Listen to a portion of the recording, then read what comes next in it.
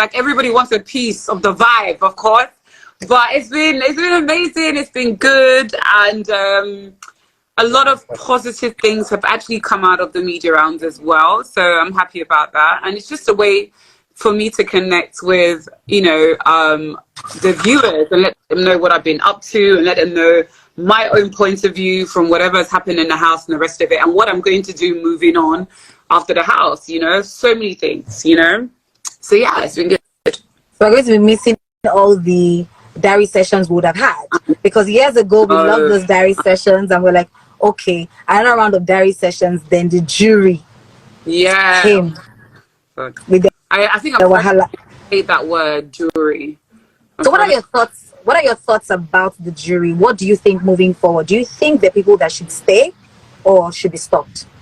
I feel that, you know, I'm not in any position to say whether they should stop it or if they should continue, because already, you know, it's a big show, multi-choice, they're a big organization, and I'm sure that, you know, they have already planned whatever they need to plan. So regardless of what I think, I feel like, you know, they're going to do whatever they need to do. But on the personal note, I wouldn't want it to be around, you know, and because it took away something from me. Do you understand? It took away.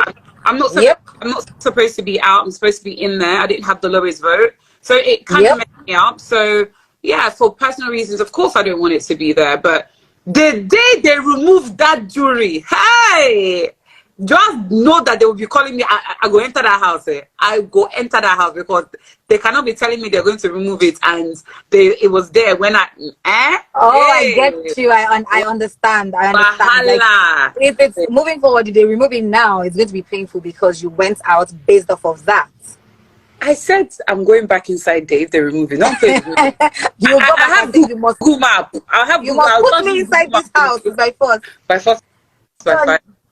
So now here comes my own interesting question, because a lot of people asked questions last week for Princess, and it had to do with you. Now, seeing that you're out of the house, would you forge ahead with your friendship with Princess? Was there any personal issue at all with Princess? Let me start with that. Was there any friendship? I mean, I've met Princess a couple of times. I feel like I think friendship is, for me personally, I don't call everybody in order for us to reach the level where we say we are friends, we must have gone through a series of tests, and we would have hung out a couple of times, more than a couple of times. I would have gone to your house, you would have come to my house, we would have, you know, vibed together, and we didn't really have that form of relationship. But I've spoken to her, and the time I spoke to Princess, she came across as being really, really nice.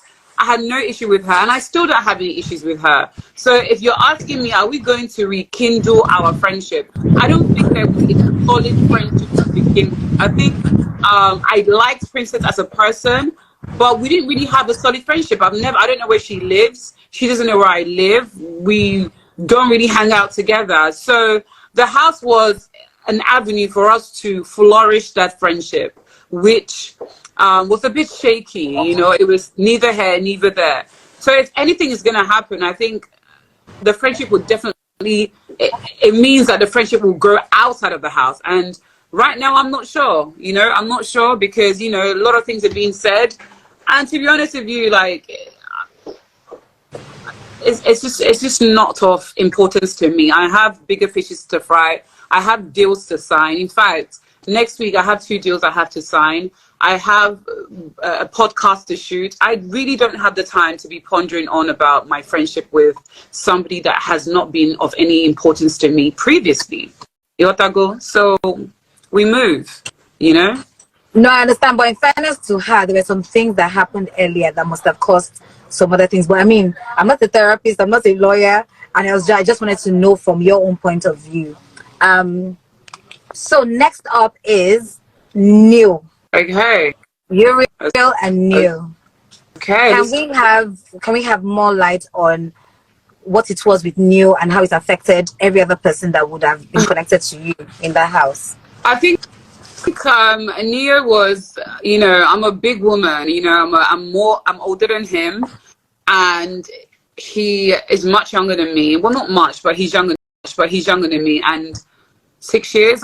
You had issues with the housemates of food, and if one piggyback would, I don't know, I'm using piggyback, Sha, but if you want to come back to knowing Uriel right after her big brother experience, first of all, and then this one, in the middle of that one and this one, you were already changing the lives of other people who wanted to eat healthy. Can you tell us why you were so particular about it in the house and link it to the business you run now? Okay, I love your questions, by the way. So basically, I've always, I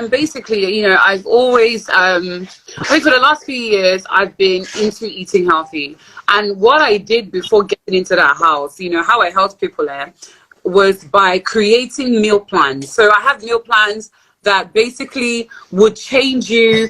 You've tried my meal plan, will basically help you lose weight in 10 days, 5 days, 1 month, 3 months, 1 year. I have that on my website, okay?